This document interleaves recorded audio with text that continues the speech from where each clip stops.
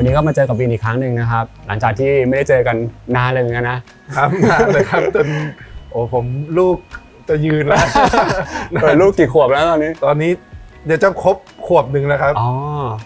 บ้านที่วินพามาดูนี้เนี่ยก็เป็นบ้านโมเดิร์นนะฮะแล้วก็เห็นว่าโทนสีก็คือเป็นขาวดำแบล็กแอนด์ไวท์เลยครับแล้วพี่รู้สึกว่าพื้นที่ตรงนี้มันก็กลางเมืองเลยนะตอนวินมาดูเนี่ยรู้สึกยังไงบ้างทั้งขนาด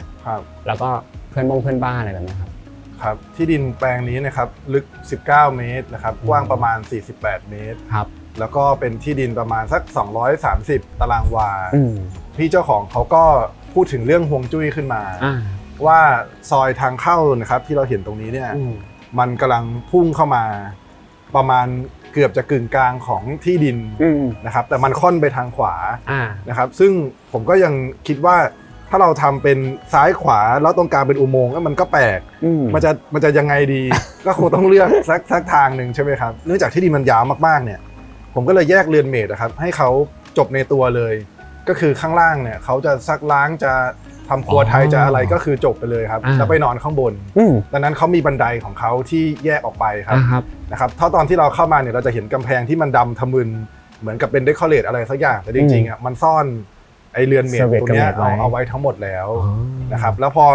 ที่มันเหลือเนี่ยเราก็มาดูว่าเราจะแทรกธรรมชาติอะไรลงไปเพราะว่าตรงนี้มันก็ในเมืองมากครับแล้วเราก็ไม่อาจจะทราบได้ว่าจะมีคอนโดมีอะไรขึ้นหรือเปล่านะครับเราก็เลยพยายามทำให้ตัวบ้านเนี่ยมันเป็นก้อนที่ privacy ไว้ก่อนแล้วก็เอาสวนเนี่ยแทรกไปตามจุดต่างๆของบ้านครับฟอร์มของตัวบ้านจะเห็นว่ามันมีส่วนของกล่องที่ยื่นมามีบิดแกนบ้างบางจุดก็เป็นพื้นที่โล่งอะไรอย่างนี้นะครับอย่างเรื่องของฟอร์มมันถูกคิดมายังไงบ้างครับผมต้องการจะทำให้เราอยู่ในสเปซตัวนี้แหละแต่เราสัมผัสได้ถึงฟอร์มเรารู้ได้ว่าแมสของชั้น2ตัวนี้มันเป็นโซลิดที่กำลังพุ่งยื่นออกไป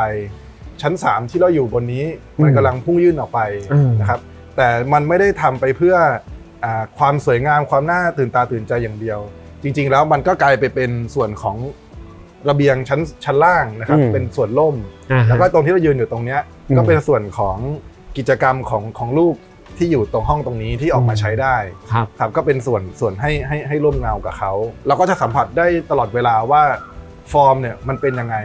ผมคิดว่ามันไม่ได้มีบ้านสักเท่าไหร่นักนะครับที่เรารู้ว่าเราอยู่ในบ้านที่หน้าตาเป็นยังไงตอนที่เราอยู่ข้างในครับส่วนมากเราไม่รู้ว่าเราอยู่ในรูปทรงอะไรแต่อันเนี้ยผมมีความตั้งใจแล้วว่าเราไม่เห็นฟอร์มเราจากภายนอกสักเท่าไหร่แต่เราต้องรู้ได้นะว่าเรากำลังอยู่ในสิ่งไหนครับจากเรื่องของฟอร์มถามมินต่อถึงเรื่องโครงสร้างนิดนึงจะเห็นว่ามันมีบางส่วนที่ยื่นออกมานะแล้วก็เหมือนมันแคนทิลีฟออกมาเป็นกล่องแบบลอยได้เลยถ้าถามถึงความพิเศษของบ้านหลังนี้ว่าเรื่องโครงสร้างมันมีแง่มุมตรงไหนที่ซับซ้อนไหมฮะตัวของโครงสร้างหลังนี้ผมอยากให้มันรู้สึกถึงก้อนของแมสนะครับของฟอร์มที่ชัดเจนดังนั้นเราก็ต้องลบอะไรที่เราไม่ต้องการให้เห็นออกไปใช่ไหมครับดังนั้นเราก็พยายามจะลดเสาให้น้อยที่สุดนะครับส่วนที่ผ้าช่วงกว้างเนี่ยหลักๆเลยก็จะมีอย่างเช่นที่จอดรถครับที่จอดรถเนี่ยสามารถจอดรถได้6คันโดยที่ไม่มีเสาขั้นเลย17เมตรเลยครับซึ่งถือว่าโหดมากครับ17เมตรนี่ไกลมากๆนะครับแล้วก็ห้องนั่งเล่นเองเนี่ยผ้าช่วงกว้างของตัวห้องนั่งเล่นเนี่ย11เมตรไม่มีเสาเหมือนกันนะครับในสะพานที่เราเห็นเนี่ยคือ11เมตรแน่นอนว่ามันต้องเป็นโครงสร้างเหล็กถึงจะทำได้แล้วก็ทางวิศวกรเนี่ยเขาก็จะมีวิธีของเขาที่เอาพวกตัวเหล็กเซกชันปกติเนี่ยมาทำผมไม่จำว่าผมเรียกถูกหรือเปล่านะเขาเรียกว่า stiffener ครับมันจะเป็นเพลทที่เอามาบ้างมาเสริมให้ตัวนี้มันเกิดความโซลิดดิจิตขึ้นครับของคานเหมือนแน่นมากขึ้นรองรับน้ำหนักได้ดีขึ้นเลยได้ดีขึ้นครับหรือบางทีก็มีการเอาเพลทนะครับมาประกบหัวท้ายด้วยครับเพื่อเสริมทั้งข้างปิดเซกชันข้างแล้วก็ประกบหัวท้ายด้วยทีนี้เรื่องของสไตล์หรือว่าโทนสีเนี่ยถ้าเกิดว่า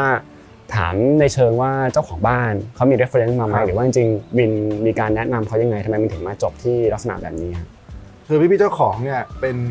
นักธุรกิจที่ประสบความสำเร็จอย่างสูงในเส้นทางอาชีพของตัวเองแล้วก็มีครอบครัวที่น่ารักอบอุ่นนะครับแล้วก็อายุยังไม่เยอะในวัย40กลางๆแต่ว่าพี่ๆก็ไม่ได้มีความเรียกว่าเป็นค คุณหนูอะไรแบบนั้นนะครับคือไม่ได้เป็นคุณหนูเป็น ไม่ได้ต้องมาลักชัวรี่อะไรไม่ได้ ใช่ไหม เวอร์อะไรอย่างนั้นนะครับแต่ผมสัมผัสได้ถึงความหรูหราของอินเนอร์ของพี่ๆนะครับผมก็เลยอันนี้ผมก็จะตีความไปส่วนหนึ่งผมเลยนึกถึงโทนสีของขาวเทาดำเนี่ยมันมาตัดกันนะครับเพราะว่าเราต้องการจะนำเสนอความเขียวของคอร์ดต่างๆด้วยนะครับแล้วพอไอ้ขาวกับดำมันทำหน้าที่เป็นแค่องค์ประกอบที่มันแวดล้อมรองลงไปแล้วเนี่ยมันทำให้ไอ้สีเขียวว่ามันจะเด้งขึ้นมาเวลามันตัดกันครับทีนี้อย่างส่วนของวัสดุที่เราเห็นใช้หลักๆในตัวฟาสาดก็จะเป็นระแนงอลูมิเนียมสีขาวใช่ไหมครับแล้วก็จะมีอย่างพอเดินเข้ามาด้านในเนี่ยอีกส่วนหนึ่งที่เราเห็นเยอะมากเลยก็คือไม้เผาครับให้พูดถึง2วัสดุนี้นิดนึงครับคืออย่างอลูมิเนียมเนี่ยมันก็เป็นวัสดุที่คนรู้สึกว่าเป็นอะไรที่ค่อนข้างเมืองประดิษฐ์ประมาณนึงมันมีความตรงมากครับแล้วก็ดูสะอาดดูเรียบร้อยแต่ว่าตัวไม้เผาไฟเนี่ยมันมีความเป็นธรรมชาติแล้วก็อันนี้ก็เป็นส่วนหนึ่งนะครับที่พี่ๆเขาชอบไอความรู้สึกของไม้สนเผาไฟหรือไม้สนสีดำอะไรประมาณนี้พออะไรที่มันดำแล้วขรุขระมาเจอกับอะไรที่ขาวแล้วเรียบแล้วมันตรงๆเนี่ยมันก็จะเกิดความขัดแย้งกันซึ่งอันนี้ผมมองว่ามันทำให้บ้านดูมีมิติมีเสน่ห์ครับอยากให้เป็นพูดถึงเรื่องของทิศทางลมครับอย่างเรายืนตรงเนี้ยเราจะสัมผัสได้เลยว่ามีลมโฟลว์มาเรื่อยๆเลยนะใช่ครับคือตัวของบ้านเนี่ยครับมันจำเป็นต้องวางตามยาวอยู่แล้วเพราะที่ดินมันเป็นตามยาวนะครับซึ่งมันก็เลยมีตะวันออกอยู่ฝั่งนี้แล้วก็ฝั่งนี้เป็นตะวันตกดังนั้นไอ้ตรงที่มันเป็นสวนเป็นคอร์ดเป็นห้องฟิตเนสเนี่ยมันก็จะได้การเวนติเลชันจากลมที่มาจากทางเหนือใต้ซึ่งดีอยู่แล้วรวมถึงสระว่ายน้ำอันนี้นะครับก็จะสามารถว่ายได้เกือบทั้งวันครับอย่างตอนนี้มันก็ร่มๆอยู่โอเคครับงั้นเดี๋ยวจากตรงนี้เนี่ยเดี๋ยวพี่จะขยับไปคุยกับพี่ตู่เรื่องของสวนก่อนนะฮะแล้วเดี๋ยวจะมาเจอวินอีกทีนึงนะครับครับ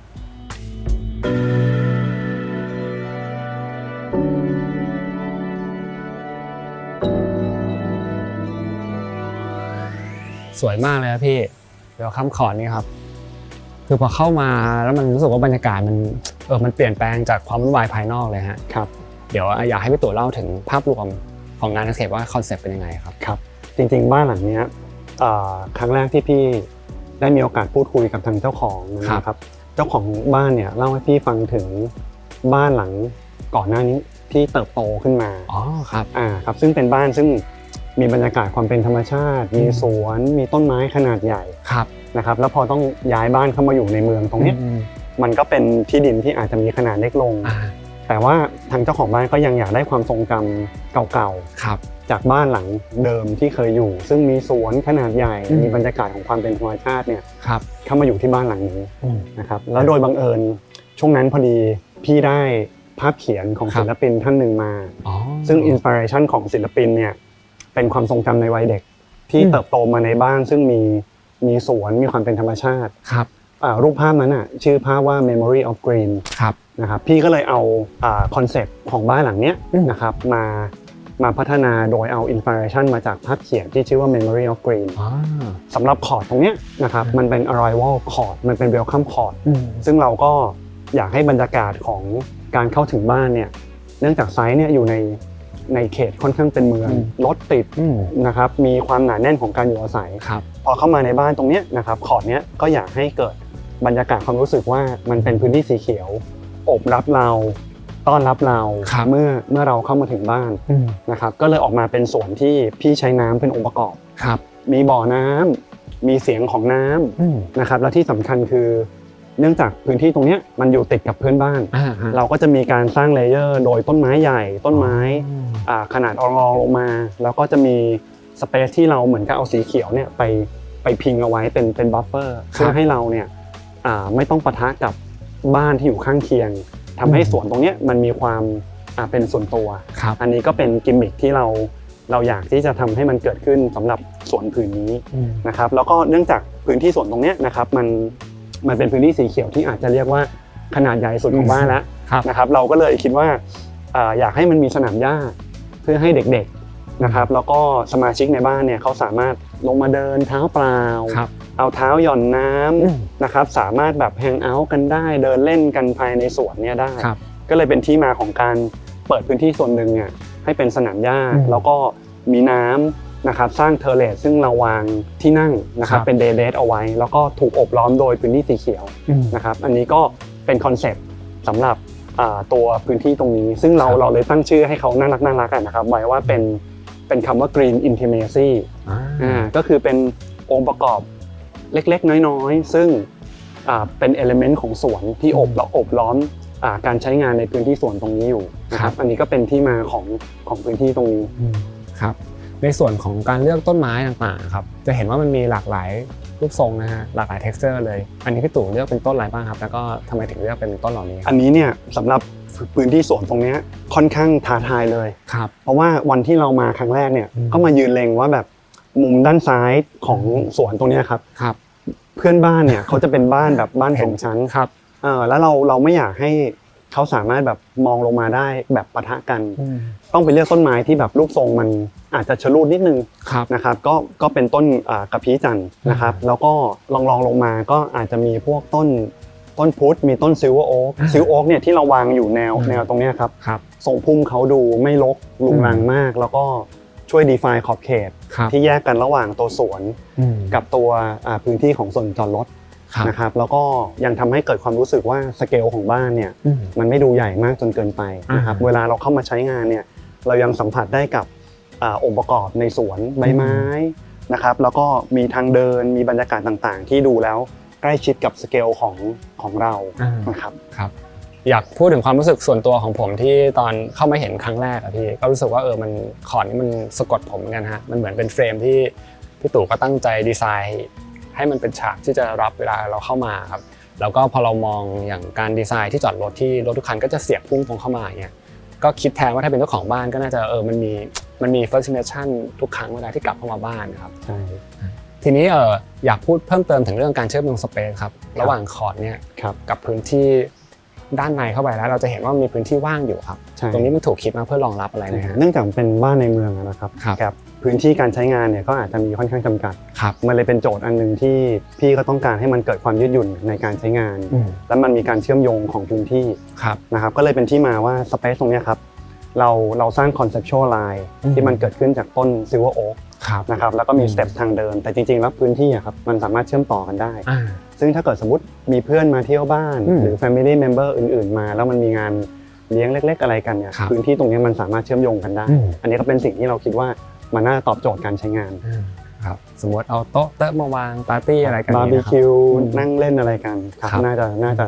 ลงตัวเลยครับทีนี้นำมาสู่อีกหนึ่งคอร์ดนะครับพี่ตรงนี้เนี่ยจะเป็นคอร์ดที่มันเชื่อมโยงไปกับพื้นที่ภายในแล้วก็จะมีเป็นส่วนของห้องที่เขาโชว์รถนะครับจริงๆแล้วห้องด้านในเป็นห้องทำงานนะครับแล้วก็มีช่องเปิดมองทะลุมาที่สวนชิ้นนี้ได้คอร์ดตรงนั้นจริงๆเป็นคอร์ดที่แบบขนาดไม่ใหญ่มากเลยพี่แค่ต้องการให้มันเกิดเส้นสวยๆที่เป็น vertical line ที่ทำให้เวลานั่งทำงานหรือทำการบ้านอยู่ในนั้นเนี่ยเขายังรู้สึกถึงความเป็นส่วนตัวแต่ในขณะเดียวกันเนี่ยมันเหมือนเชื้อเชิญให้เราเนี่ยมองทะลุออกมาที่เจออย่างสวนผืนใหญ่ตรงนี้ได้ดังนั้นก็เลยเลือกการจัดองค์ประกอบที่เป็นเส้น vertical line ของกลุ่มต้นกรดนะครับก็จะทำให้มันไม่ดูทึบมากจนเกินไปแล้วยังสามารถนำแสงธรรมชาติลงมาที่คอร์ดตรงนี้ได้นะครับอย่างส่วนตัวก็รู้สึกว่ามันมีความเหมือนแบบมิสทรีลึกลับนะพี่คือมองไปแล้วแบบเฮ้ยเป็นเส้นตั้งเขียวๆอะไรแต่เราไม่เห็นใบไม่เห็นอะไรเลยนะครับมันอาจจะมีใบแซมๆมาบ้างแล้วก็เกิดแสงเงาที่ดูน่าสนใจครับก็ผมก็รู้สึกว่าเพิ่มมิติที่น่าสนใจให้กับบ้านเลยครับโอเคฮะเดี๋ยวจากตรงนี้เราจะเดินเข้าไปเจอวินด้านในครับแล้วก็ไปดูคอร์ดด้านในต่อซึ่งเป็นไฮไลท์เลยนะครับได้ครับ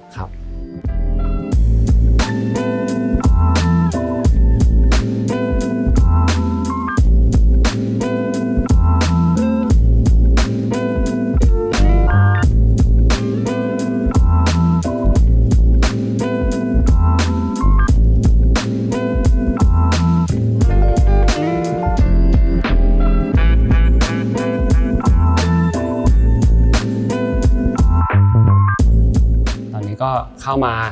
ภายในบ้านแล้วนะครับโหสเปซตรงนี้กว้างขวางอลังการมากเลยนะแล้วก็อย่างที่วินบอกจริงว่ามันเห็นฟอร์มหลายๆส่วนของบ้านนะใช่เลยครับ แล้วอย่างในการดีไซน์สระว่ายน้ำอะครับ ครับ มันมีการกำหนดเรื่องของความยาวมาจากเจ้าของอยู่แล้วใช่ป่ะ ครับเนื่องจากพี่ๆเขาอยากว่ายได้จริงครับก็เลยอยากให้สระเนี่ยค่อนข้างออกยาว ครับ มันก็จะเชื่อมตั้งแต่ห้องที่เป็นห้องโล่งๆทางด้านขวานะครับเป็นห้องกิจกรรมอยู่ อันนี้คือแผนไว้เป็นห้องฟิตเนสหรือว่า เป็นอเนกประสงค์ครับอาจจะเป็นฟิตเนสก็ได้หรือว่าเป็นกิจกรรมสำหรับได้นั่ง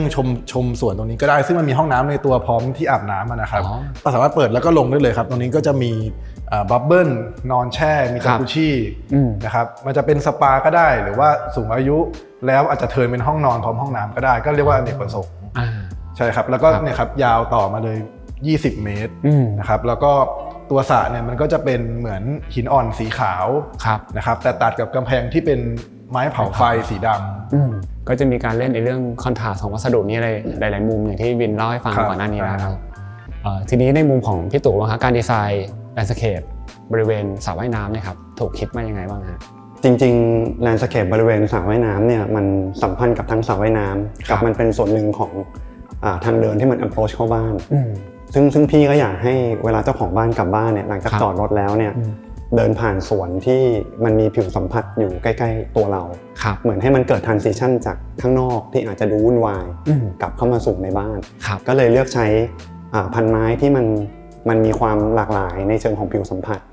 ก็จะเป็นพวกไม้ใบต่างๆพวกเสน่ห์จันทร์เฟิร์นนะครับแล้วก็จะมีไม้ที่มันเป็นพวก small tree เล็กๆพวกพุทธพวกอะไรต่างๆพวกนี้ประกอบอยู่ด้วยครับทีนี้ให้วินพูดถึงพื้นที่ส่วนนี้ต่อเป็น common area ส่วนกลางเลยนะครับพอเปิดเข้ามาเนี่ยเราเจอกับ double room ขนาดใหญ่เลยแล้วก็ฟังก์ชันที่วินวางไว้มียังไงบ้างครับส่วนของห้อง living ตรงนี้นะครับก็เหมือนเป็นหัวใจสำคัญของบ้านเป็นตัวเชื่อมต่อทุกอย่างของบ้านเขาด้วยกันเราเชื่อมที่ว่างทางด้านแนวนอนเนี่ยครับด้วยกระจกอันนี้เราต้องการเห็นสวนที่เหมือนเพนติ้งเราก็เลยลดเฟรมให้น้อยลงฝั่งนี้เราอาจจะอยากเปิดโล่งเชื่อมต่อเวลาจัดงานก็ออกไปใช้ได้นะครับก็เลยใช้เป็นบานเลื่อนที่ค่อนข้างจะเปิดได้ประมาณ 80% นะครับแล้วก็ในแนวดิ่งเนี่ยเราก็เชื่อมสเปซด้วย Open to Below ที่ค่อนข้างใหญ่มากนะครับปกติก็อาจจะเปิดกันแค่ประมาณโซฟาหรือแค่โต๊ะกินข้าวแต่อันนี้เรายาวไปจนถึงไอแลนด์เลยครับ ก็ให้ความรู้สึกเหมือนเป็นล็อบบี้ของโรงแรมแล้วมันก็จะมีการเชื่อมต่อไปทางสเปซต่างๆอย่างเช่นแต่ทางเข้าก็มีห้องรองเท้าอันนี้ก็จะเป็นห้องทำการบ้านของน้องๆนะครับซึ่งตรงนี้มันก็ยังเป็นอะไรที่คุณพ่อคุณแม่ก็ยังมองเห็นได้นะครับแล้วก็ตรงนี้ก็จะเป็นบันไดที่ใช้เชื่อมขึ้นข้างบนแล้วก็แอบด้วยห้องครัวกับห้องน้ำนะครับก็คือเป็นส่วนกลางเลยรวมถึงไอตัวสะพานตัวนี้ครับก็ยังเป็นอีกสเปซหนึ่งที่ผมว่าก็แปลกดีที่เราได้เห็นความสวยงามตรงนี้จากมุมข้างบนด้วยจะเข้าออกห้องนอนมาสเตอร์ก็จะต้องเดินผ่านตัวนี้ครับหรือคนที่อยู่ข้างล่างก็จะเห็นพี่เจ้าของบ้านเดินเข้าออกมันก็มีความดูเป็นแคทวอล์กดูเดินแฟชั่นครับผมในภาพรวมก็จะเห็นว่าบ้านมันมีความแบบโปร่งแล้วก็มองทะลุไปได้เห็นหลายๆส่วนนะซึ่งถ้ามองว่าโอเคบ้านหลังนี้มีลูก3คน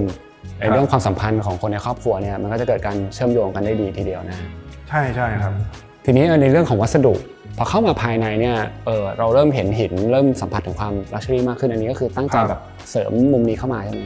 ครับใช่ครับผมก็อยากจะให้มันมีความหรูหรามากขึ้นก็เอาหินที่มันกลัวจะเป็น maintenanceเยอะเนี่ยมาไว้ข้างใน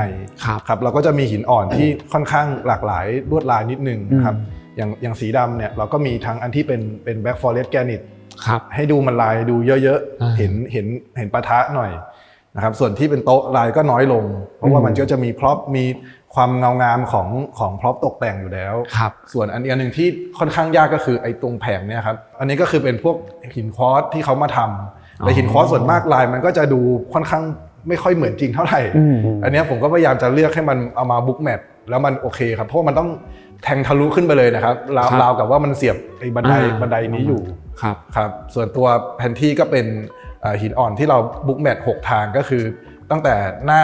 บนข้างเนี่ยมันเลื้อยเป็นก้อนเดียวกันเพื่อให้เห็นความเชื่อมต่อครับถามวินถึงวัสดุของฝ้าเพดานนิดนึงครับอันนี้คือเลือกมาเป็นแบบไหนฮะเป็นลามิเนตครับเราเลือกเป็นสีเทานะครับแล้วเราก็เอามันมาเมาส์กับไม้อัดนะครับแล้วเราก็จะติดตั้ง ตัวไม้อัดเนี่ยที่ฝ้ารอไว้ก่อนนะครับแล้วไอ้ลามิเนตที่เราแปะไว้แล้วเนี่ยเราก็จะหั่นเป็นชิ้นตามที่เราต้องการแล้วก็เอาขึ้นไปติดนะครับเพราะว่าอะไรเพราะว่าเราไม่สามารถทำไม้ให้มีสีเทาขนาดนี้ได้ครับคือผมได้ทดลองแล้วฮะแล้วมันพบว่าลายของไม้มันหายไปหมดเลยมันจะกลายเป็นแผ่นกระดานเรียบๆนะครับส่วนต่อให้เราหาได้เนี่ยไม้ก็จะมีขนาดที่ค่อนข้างเล็กแต่ถ้าไม้หน้าใหญ่แล้วยาวครับก็จะแพงมากดังนั้นการใช้ลามิเนตที่เอาไว้ทำตู้ทำอะไรแบบนี้ครับมาแปรรูปแบบนี้ก็จะช่วยลดคอสได้ครับ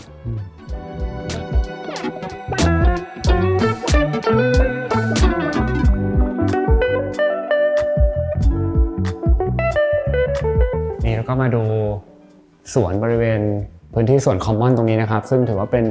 หนึ่งไฮไลท์ของบ้านเหมือนกันนะเพราะว่าเวลาเข้ามาเนี่ยเราจะเห็นอยู่ปลายตาเลยแล้วก็เป็นจุดที่โอ้โหทุกคนเข้ามาก็น่าจะตะลึงอันนี้ไอเดียในการออกแบบของพี่ตู่เป็นไงครับมันเชื่อมโยงกันหมดเลยใช่ไหมครับใช่ครับซึ่งตั้งแต่แรกที่พี่เห็นในแบบก็ดูในแบบที่ทางคุณบินทำให้เรารู้แล้วว่าสเปซเนี่ยมันมีความสำคัญครับแล้วพอเดินเข้ามาวันที่มาดูไซต์ครั้งแรกเนี่ยก็เกิดจินตนาการว่าพื้นที่ตรงเนี้ยเราอยากทำอะไรให้มันเกิดความพิเศษนะครับแล้วก็ยืนมองอยู่เห็นมิติต่างๆนะครับเช่นว่าแสงมันเปลี่ยนไปนะครับเดินไปปุ๊บเดินกลับมาเนี่ยแสงเปลี่ยนบรรยากาศอะไรต่างๆก็จินตนาการว่ามันน่าจะเปลี่ยนก็เลยนำมาสู่คอนเซ็ปต์ว่าตรงเนี้ยอยากให้มันเป็นภาพเขียนของบ้านแต่มันเป็นภาพเขียนที่มีชีวิตนะครับก็ตั้งชื่อเขาไว้ว่าเป็น Green Canvas ทุกๆคนในบ้านนะครับที่อยู่ใน living space ตรงนี้หรือแม้กระทั่งเราเดินอยู่ข้างบนเนี่ยเรายัง enjoy กับพื้นที่สวนตรงนี้ได้การเลือกใช้ต้นไม้กับองค์ประกอบเนี่ยก็เลยพยายามจะทำให้มันเชื่อมโยงกับความรู้สึกผู้ใช้งานทีนี้ได้พี่ตู่ลงดีเทลอย่างต้นไม้หน่อยครับว่าเลือกเป็นต้นอะไรมาเนื่องจากพื้นที่มันไม่ได้ใหญ่มากเราก็จะมีเหมือนกับ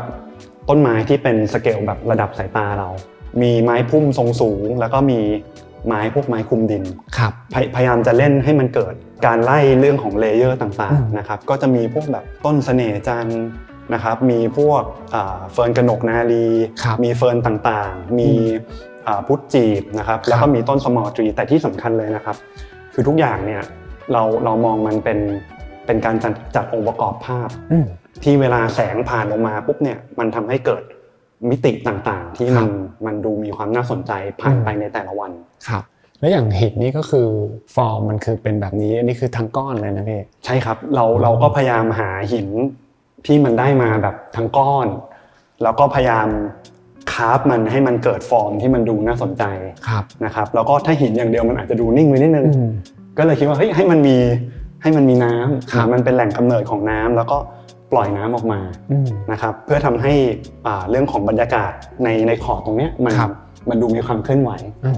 ถ้าถามในเรื่องการเป็นทนายนะอย่างเงี้ยถ้าเกิดคนที่อยากมีสวนแบบนี้ครับผมเข้าใจว่ามันอาจจะเสพผ่านทางตามากกว่าอาจจะไม่ได้ออกไปจริงเท่าไหร่แต่ว่าในเรื่องของไม่รู้การรดน้ำต่างๆการซ่อมแซมต่างๆหรือว่าถ้าเกิดฝนตกลงมาอย่างการระบายแบบนี้มันมีถูกคิดไว้ยังไงบ้างเราก็อาจจะต้องเตรียมเรื่องของระบบระบายน้ำไว้นะครับแล้วก็ถ้าเห็นเนี่ยคือสวนเนี่ยเขาจะถูก offset จากขอบอาคารเข้าไปนิดนึงเพื่อให้อย่างน้อยมันมีเรื่องของระบบระบายน้ำเรื่องของทางเดินเซอร์วิสโดยรอบนะเพื่อให้อย่างน้อยเนี่ยคนที่เขาดูแลเนี่ยสามารถแบบเดินได้โดยรอบนะครับมันจะไม่ได้ชิดกับกรอบอาคารโดยตรงนะครับแล้วส่วนเรื่องของการเลือกชนิดของพันไม้ถ้าสังเกตก็คือตรงนี้มันเป็นช่องเปิดแล้วแสงมันลงนะครับเราก็พยายามให้ต้นไม้ที่เป็น small tree ตรงนี้ที่เป็นไม้ประธานเนี่ยเขาไม่ทึบมากเพื่อให้แสงเนี่ยมันลงมาได้บ้างนะครับซึ่งก็น่าจะเป็นส่วนหนึ่งที่ทำให้ต้นไม้ตรงนี้นะครับเขายังอยู่ได้เพราะว่าถึงแม้เป็นไม้ในร่มเนี่ยแต่อาจจะต้องการแสงบ้างในแต่ละวันนะครับซึ่งพวกนี้เราต้องมีการคิดแล้วก็เตรียมไว้ตั้งแต่แรกเพื่อให้สวนเนี่ยมันอยู่ได้แล้วก็มีการดูแลรักษาที่ไม่ยุ่งยากซับซ้อนมากจนเกินไปโอเคครับก็เดี๋ยวจากตรงนี้ผมจะให้วินพาให้ไปชั้น2ต่อต้องขอบคุณพี่ตู่มากเลยนะครับครับ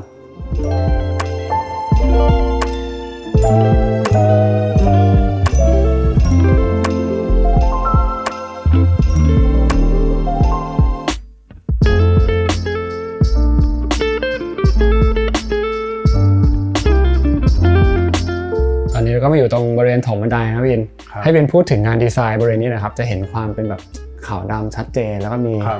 การเล่นเรื่องแบบแสงเงาอะไรอย่างเงี้ยครับตัวโถงบันไดผมก็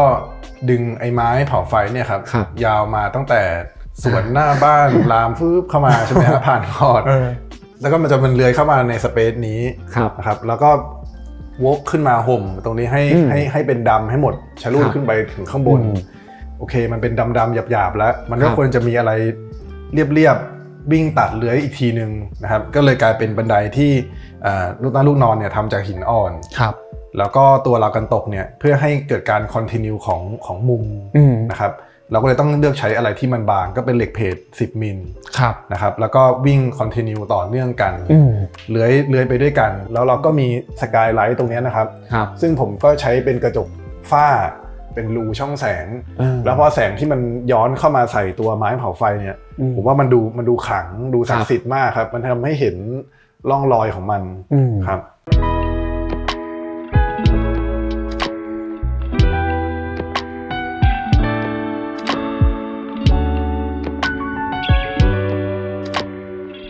เดินขึ้นมาชั้น2แล้วนะครับ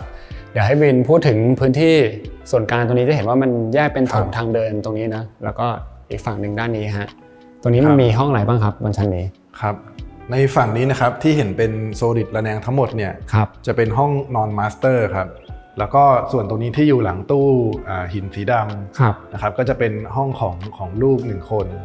นะครับแล้วก็บันไดที่เราเดินขึ้นมาเมื่อสักครู่ขึ้นไปอีกก็จะเป็นอีก2 ห้องนอนลูกครับซึ่งฟังก์ชันก็ค่อนข้างจะเรียบง่ายครับไม่ได้มีห้องFamily Room ห้องอะไรที่มันซ้ำซ้อนครับส่วนมากจะจบที่ข้างล่างไปหมดแล้วครับก็แล้วก็ส่วนที่เราเปิดคลิปอ่ะก็จะเป็นส่วนระเบียงของห้องนอนใช่ครับของห้องนอนลูกห้องหนึ่งครับแล้วก็จากมุมนี้ก็โอเคเราเชื่อมโยงลงไปด้านล่างได้ซึ่งอย่างที่วินบอกมันก็เป็นพื้นที่หลักของครอบครัวเลยนะมองเห็นใครว่ายน้ำอยู่นะครับใช่ครับเดี๋ยวจากตรงนี้เราไปดูมาสเตอร์เบดรูมกันครับครับอันนี้คือประตูแบบซ่อนอย่างเนียนเลยนะใช่ครับ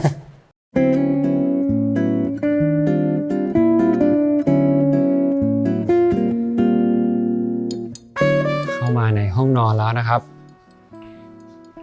เดี๋ยวให้วินเล่านิดนึงเพราะว่ามันจะมีการแบ่งพื้นที่เป็นสัดส่วนนะเมื่อกี้เราจะเดินผ่านwalk-in closetกับห้องน้ำก่อนใช่ไหมใช่ครับก็คือเปิดประตูเข้ามาก็จะเป็นตัวโคลเซ็ตก่อนเพื่อใช้กันเสียงของการเข้าห้องน้ำนะครับแล้วก็แจกเข้ามาทางตรงนี้นะครับซึ่งห้องนี้ก็จะเป็นลักษณะ Open Plan ที่กว้างๆนะครับก็จะมีเตียงที่เป็น Double King Size นะครับมีโต๊ะทำงานเล็กน้อยนะครับมีโซฟาแล้วก็มีตู้ทีวีซึ่งก็จะเป็นลักษณะของการคุมโทนที่พื้นอ่อนพื้นอันนี้เป็นเอนจิเนียร์เป็นไม้สีเทาแล้วครับแล้วก็ฝ้าก็ยังเป็นลามิเนตไม้สีเทาเหมือนเดิมนะครับแล้วก็ตัดกับตัวเนี่ยครับเฟอร์นิเจอร์ที่เป็นไม้นะครับหรือเป็นหินแล้วก็ตัวของผนังเนี่ยผมก็เลยให้เพิ่มความหรูหราด้วยการใช้หินบุ๊กแมทนะครับจะเห็นว่าในหลายๆส่วนมันก็จะมีความเชื่อมโยงระหว่างชั้น1ชั้น2นะการใช้หินบุ๊กแมทฝ้าที่มันต่อเนื่องกันมานะครับห้องนอนเนี่ยถ้าเราดูตำแหน่งมันก็คือเป็นก้อนโซลิดตรงกลางเลยนะที่วินบอกนะก้อนใหญ่มากๆแล้วก็พอมันอยู่กลางบ้านเนี่ยก็มองเห็นทั้ง2 ฝั่งได้นะครับใช่ครับไอเรือนที่เราเห็นด้านหลังที่เป็นผนังไม้เผาดำๆนั่นก็คือเป็นเรือนของแม่บ้านใช่ไหมฮะใช่ครับเป็นเรือนของแม่บ้านเราก็ยังเห็นต้นไม้จากคอร์ดข้างที่จอดรถคอร์ดตัวใหญ่นะครับเห็นอยู่ยืนอยู่ฝั่งตรงนี้นะครับถ้าเรามองไปตรงๆเนี่ยเราก็จะเห็นต้นไม้ที่อยู่ริมสระว่ายน้ำหรือเห็นสระว่ายน้ำแต่สาเหตุที่เราต้องหุ้มเอาไว้นะครับเพื่อรักษาความเป็นส่วนตัวไว้จากบ้านอย่างที่เราเห็นเนี่ยครับจริงๆด้วยความที่อยู่ในเมืองนะระยะเพื่อนบ้านมันก็จะประชิดนิดนึงในส่วนของห้องน้ำให้วินเล่าถึงการดีไซน์นิดนึงครับห้องน้ำเนี่ยมันจะมีกระจกที่เข้ามุมนะครับคือปกติแล้ว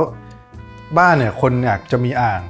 แต่อ่างอาจจะไม่มีใครใช้หรอกครับหมายว่ามันก็เห่อวันแรกๆแล้วก็จะไม่ใช้ผมก็มาดูว่าทำไมมันถึงเป็นอย่างนั้นนะฮะก็เพราะว่าคนเนี่ยไม่ใช้เพราะว่าเหมือนเขาไปอยู่ในที่แคบๆอึดอัดไม่ได้มีอะไรให้น่าดูครับผมก็เลยรู้สึกว่าการที่เรามีผนังเป็นไม้เผาไฟล้อมมีหินโรยและมีสกายไลท์ล้อมเนี่ยมันทำให้บรรยากาศในการที่จะพักผ่อนหลังจากการ ทำงานมาเหมือนเข้าสปาเนี่ยมันทำให้เขาอาจจะอยากใช้มันมากขึ้นนะครับแต่เราก็มีประตูที่ระบายอากาศเนี่ยไปอยู่ทางฝั่งที่เป็นโถส้วมแอบไว้ไอ้ตรงที่เป็นตรงมุมเนี่ยก็เป็นกระจกบานติดตายเพื่อโชว์ความใสครับก็เป็นการสร้างบรรยากาศเพื่อเชื้อเชิญให้ใช้งานมากยิ่งขึ้นนะใช่ครับแล้วก็ฝั่งตรงข้ามของอ่างอาบน้ำเนี่ยก็จะเป็นซิงค์ล้างมือที่มีกระจกขนาดใหญ่เพื่อให้รู้สึกว่ามันกว้างด้วยครับเพราะจริงห้องเราก็ไม่ถึงกับใหญ่มากนะครับแต่พอเรามีกระจกเงาเนี่ยมันก็สะท้อนเอาคอร์ดกลับเข้าไปอีกทีนึงกลายเป็นเหมือนมีแสงธรรมชาติจากทั้งสองด้านครับ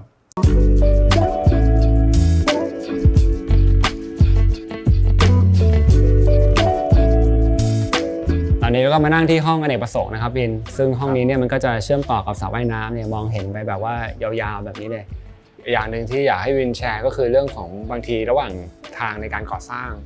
โจทย์หรือความต้องการเราอาจจะเปลี่ยนแปลงไปนะส่วนหนึ่งเนี่ยก็คือคนเราเนี่ยมันมีความเป็นพลวัตในการเติบโตนะครับผมเชื่อว่าเป็นเกือบทุกหลังแหละครับ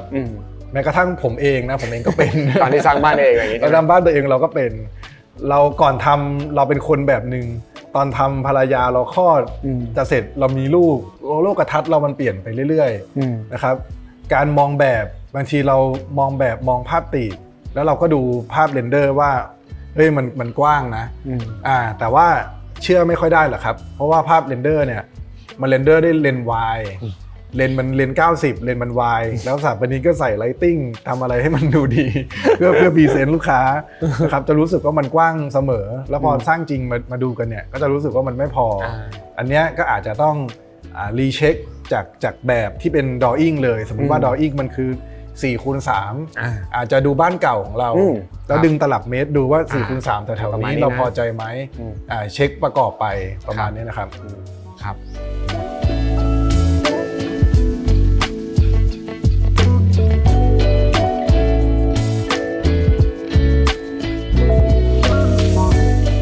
ก็มาอยู่กับพี่บิ๊กแล้วก็พี่ตานะครับซึ่งเป็นเจ้าของบ้านนะครับมีคำถามที่อยากถามนิดนึงฮะความรู้สึกหลังจากที่ได้เข้ามาอยู่บ้านหลังนี้อาจจะเพิ่งเข้ามาอยู่ได้ไม่นานใช่ไหมครับแต่ว่าน่าจะมีความประทับใจหลายอย่างเลยถ้าในแง่ของยูเซอร์จริงๆเราเพิ่งอยู่มาประมาณสัก2 สัปดาห์กว่าเนาะแต่ว่าจริงๆอยู่มาก็ค่อนข้างมีความสุขกับบ้านใหม่ใช่ไหมคะแต่ว่ามันเกิดจากองค์ประกอบหลายๆอย่างซึ่งจริงๆมันไม่ใช่ความบังเอิญแต่ว่าพอเราอยู่จริงๆอ่ะเรารู้สึกได้ว่าเล็กๆน้อยๆที่เขาดีไซน์มามันทำให้การใช้ชีวิตของเรามีความสุขอย่างที่เราเป็นอย่างเช่นห้องนอนนะคะเขาออกแบบมาให้เป็นห้องน้ำแล้วก็มีเป็นห้อง walk-in closet ตรงกลางก่อนมีประตูกั้นแล้วก็ค่อยเป็นห้องนอนจริงๆสิ่งที่เราได้เนี่ยเราได้ privacy เวลานอนอยู่ในห้องนอนนะคะรับรู้ได้ถึงความสงบบางทีมีลูกคนเล็กๆตอนกลางคืนเขาจะลุกเข้าห้องน้ำหรืออะไรค่ะมันก็จะไม่มีเสียงรบกวนอะไรค่ะมันก็ในแง่ของการใช้งานของความเป็น functional อ่ะตอบโจทย์มากแล้วก็อย่างที่ตรงนี้ค่ะสเปซตรงนี้ที่ทางน้องวินออกแบบแล้วพี่ตู่ก็ช่วยออกแบบไว้ให้เนี่ยเราได้ประโยชน์หรือว่าได้มีความสุขทุกๆวันเวลานั่งเสร็จปุ๊บก็รู้สึกอิ่มเอมนะในแง่ของการใช้สอยใช่ไหมคะใช่แล้วลูกๆเนี่ยเข้ามาเนี่ยคือจริงๆเนี่ยลูกๆอาจจะตอนช่วงก่อสร้างอ่ะเข้ามานิดหน่อยบ้างอย่างนี้ใช่ไหมพอบ้านเสร็จเนี่ยวันที่ย้ายเข้ามาเนี่ยโอ้โหเขาเข้ามาแล้วแบบมีความสุขมากบอกว่านี่บ้านเราเหรออะไรอย่างเงี้ยฮะนะครับแล้วเข้ามาเนี่ยคนเล็กก็แบบขี่สกูตเตอร์แบบรอบบ้านอย่างเงี้ยในมุมต่างๆคนโตก็แบบมีมุมทำงานอะไรของเขาอย่างเงี้ยฮะคนกลางก็แบบมีที่เล่นอะไรต่างๆพวกเนี้ยฮะครับก็แต่ละคนมีความสุขก็แบบมันค่อนข้างเติมเต็มอย่างเงี้ยฮะตอบโจทย์นะครับในการว่าแบบไลฟ์สไตล์ของแต่ละคนอย่างเงี้ยฮะว่าเขาก็มีมุมมีตรงส่วนตรงกลางต่างๆพวกนี้อย่างเงี้ยฮะครับแล้วก็ที่สำคัญคือมันมีส่วนมีความเป็นธรรมชาติที่ว่าแบบจะทำให้มันรู้สึกว่าแบบนี่เป็นบ้านในเมืองจริงๆหรออะไรอย่างเงี้ยว่าทำไมเรามีความเป็นธรรมชาติได้เยอะขนาดนี้อะไรอย่างเงี้ยฮะครับประมาณนั้นถ้าจะเสริมก็เป็นข้อจำกัดเพราะจริงๆที่ในเมืองมันจะค่อนข้างมีข้อจำกัดในเรื่องของขนาดนะคะที่ส่วนที่เราอยากได้มันก็อาจจะมีที่อยู่ประมาณเท่านี้ทีนี้เราฝากโจทย์ว่าทำยังไงให้อยากได้ทุกๆพื้นที่ในบ้านเราสัมผัสถึงความเขียวได้ซึ่งจริงๆที่พี่ตู่ออกแบบมาคือตอบโจทย์มากเพราะว่าจริงๆที่ไม่ได้เยอะแต่ว่าที่ตรงนี้พอดีว่ามันใช้แล้วมันแชร์อยู่ตรงนี้ก็มองเห็นอยู่ในห้องนึงก็มองเห็นจริงๆก็คือสเปซเดียวกันหรือว่าอะไรอย่างเงี้ยค่ะก็ถือว่าตอบโจทย์ได้ดีมากนะคะแล้วในฟังก์ชันเนี่ย ของเราหัวใจก็คือลูกๆใช่ไหมคะลูกๆเขามีแอคทิวิตี้เขาชอบทำกันบ้านเขาเล่นอะไรต่างๆซึ่งเมื่อกี้ที่น้องวินแจ้งค่ะเราต้องการห้องที่เขามี privacy แต่ว่าเราก็ยังสามารถมองไปทะลุยังเห็นยังเชื่อมต่อเนื่องกันได้ซึ่งเวลามาอยู่จริงๆก็เห็นอย่างนั้นจริงๆว่าเขาใช้อยู่ตรงนู้นมันก็ใกล้กันยังวิ่งเล่นไปอะไรเงี้ยค่ะก็ในแง่ของฟังก์ชันการใช้สอยตอบโจทย์มากค่ะการอัพนะอะไรต่างๆเนาะดีค่ะ